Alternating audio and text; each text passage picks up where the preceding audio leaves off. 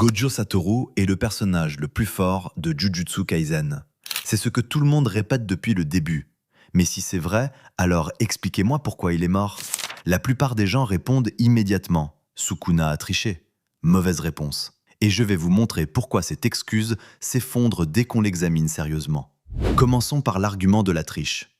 Sukuna a utilisé le corps de Megumi et ses 10 ombres pour vaincre Gojo. Les gens disent que c'est déloyal. Mais attendez, quand Megumi utilise lui-même les 10 ombres, personne ne dit qu'il triche. C'est sa technique, c'est son pouvoir. Le fait que ce soit Sukuna qui l'exploite à son plein potentiel ne transforme pas subitement cette technique en tromperie. Ce que vous appelez de la triche, c'est en réalité Sukuna qui maîtrise mieux les outils à sa disposition que leur propriétaire original. Ce n'est pas de la faiblesse de sa part, c'est de la supériorité. Maintenant, regardons le combat lui-même. Gojo affronte Sukuna dans le corps de Megumi, donc sans son propre corps optimal. Gojo, lui, est à 100%.